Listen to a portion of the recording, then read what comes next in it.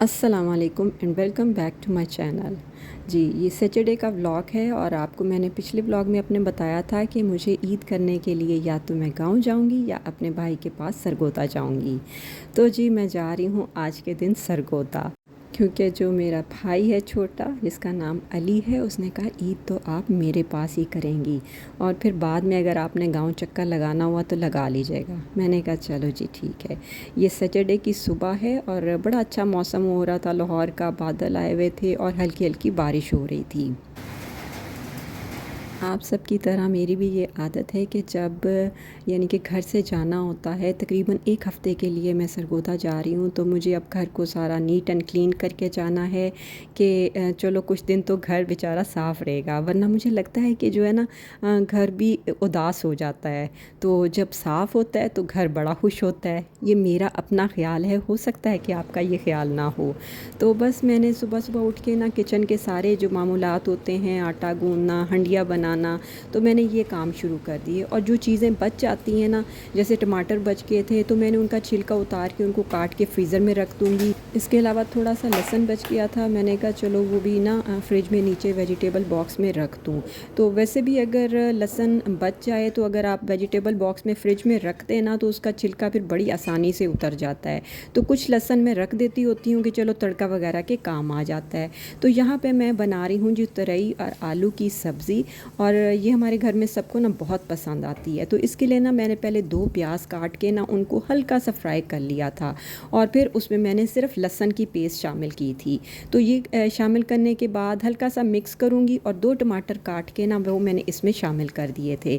और स्पाइसेस में मैं इसमें बिल्कुल 2-3 स्पाइसेस ही हैं, 1 चम्मच नमक का, 1 चम्मच लाल मिर्चों का और आधा चम्मच हल्दी का डाल के ना इसको अच्छी तरह आपने मिक्स कर देना और ढक देना ताकि टमाटर अच्छे से गल जाएं।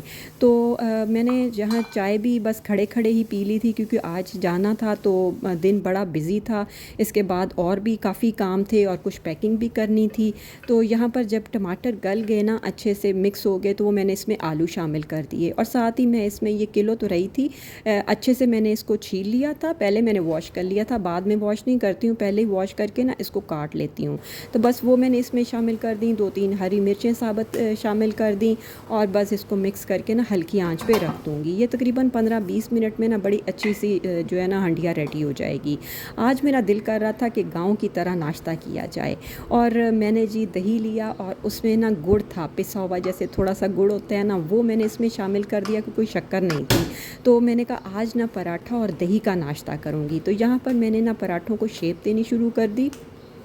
अभी फ़िलहाल ना मैं अपने लिए और अपनी बेटी के लिए पराठा बनाऊंगी, क्योंकि मेरे हस्बैंड भी 12 बजे ही नाश्ता करेंगे और मेरा बेटा भी अभी उठ के पहले दही खाएगा, उसके बाद 12 बजे ही नाश्ता करेगा। लेकिन मुझे भूख लग रही थी, मैंने कहा मैं अपने लिए अच्छा सा पराठा बनाती हूँ और साथ दही के साथ बैठ के मज़े से पहले नाश्ता करती हूँ। सरगोदा जाने के लिए मेरे भाई ने ना पहले से ही हमारी बुकिंग करवा दी थी डेवू से ना, 4:30 बजे की टिकट थी। तो इसलिए उससे पहले पहले सारे काम ख़त्म करने थे और तकरीबन जो है ना आधा पौना घंटा पहले बस टर्मिनल पे पहुंच जाए ना तो फिर ज़रा आसानी रहती है। और जब हम वहाँ पहुँचे थे ना तो इतना शदीद रश था कि क्या बताऊँ, क्योंकि ईद की वजह से ना बहुत मुश्किल हो रहा था। ये तो शुक्र है कि हमने जो है ना पहले से बुकिंग मेरे भाई ने करवा दी थी, वरना बस टर्मिनल्स के जो हाल थे, मुझे नहीं लगता था कि आज के दिन कोई सीट मिलेगी। और मैं अपने छोटे भाई अली के बारे में आपको कुछ बताती हूँ कि ये मेरे भाई की मर्ज़ी होती है कि जब छुट्टियाँ हों ना, बस मैं अपनी बहनों को इकट्ठा कर लूँ और मिल के हम जो है ना ईद करें या इस तरह करके ना छुट्टियाँ गुजारें। तो इधर छुट्टियाँ होती नहीं और इधर से वो हमें कहना शुरू हो जाता है कि आपने भी मेरे पास आना है, आपने भी मेरे पास आना है। जैसे बहन भाइयों में कोई एक बहन या भाई ऐसा होता है जो सारे बहन भाइयों को इकट्ठा करके रखता है, बस ये अली वैसा ही है। और ये भी है कि हमारे अम्मी अब्बू जो हैं वो हयात नहीं हैं, अल्लाह ताला उनकी मग़फ़िरत अता फ़रमाए, आमीन। और बस ये भाई हैं जो बहनों को पूछते हैं, बहुत अच्छा लगता है। और मैं कहती हूँ कि आजकल के दौर में ऐसे भाई तो बहुत ही कम हैं। अल्लाह ताला मेरे भाइयों को ज़िंदगी दे सेहत के साथ और इनके रिज़्क़ में अपनी रज़ा से बरकत दे, आमीन। और मेरा जो अली के साथ प्यार है वो कोई नहीं समझ सकता।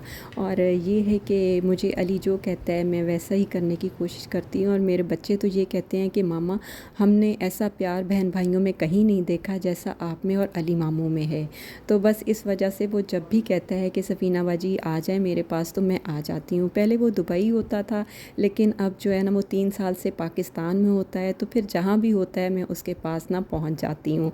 और मैंने एक ब्लॉग में देखा था, तो मैं उसे यही बता रही थी कि जो है ना ठीक है छुट्टियाँ हुई हैं, मेके जाना चाहिए, लेकिन ये है कि अपने भाभीयों पे बोझ भी ना बने।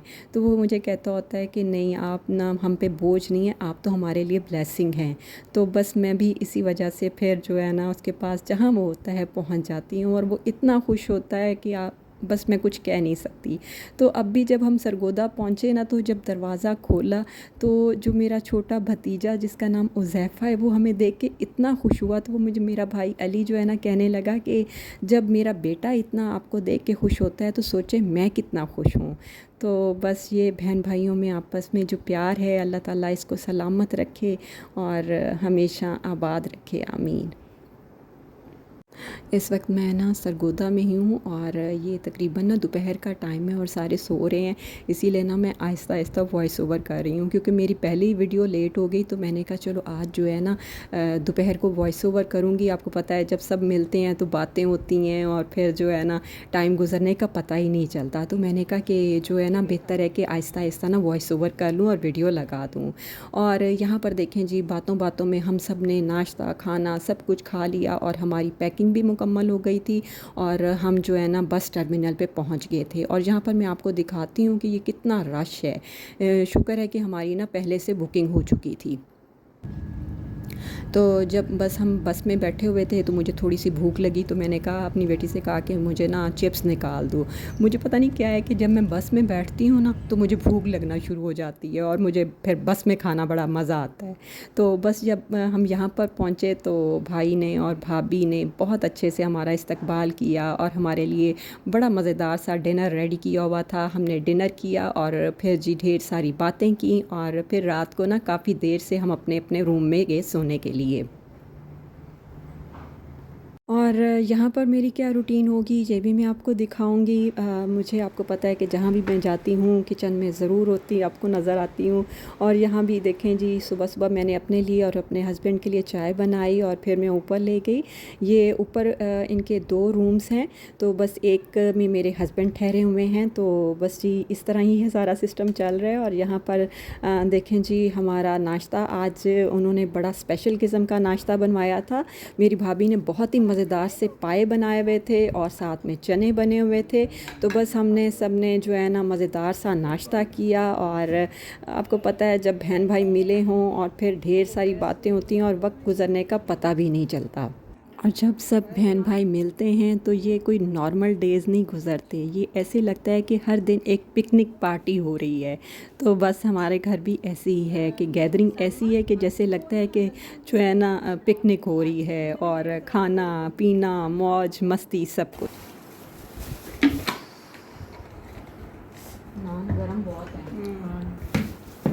आज की वीडियो उम्मीद करती हूँ आपको अच्छी लगी होगी। तो अगर अच्छी लगे तो लाइक ज़रूर कीजिएगा, और मेरे चैनल को सब्सक्राइब ज़रूर करें, और दुआओं में याद रखें। मिलते हैं नेक्स्ट वीडियो में। अल्लाह हाफ़िज़।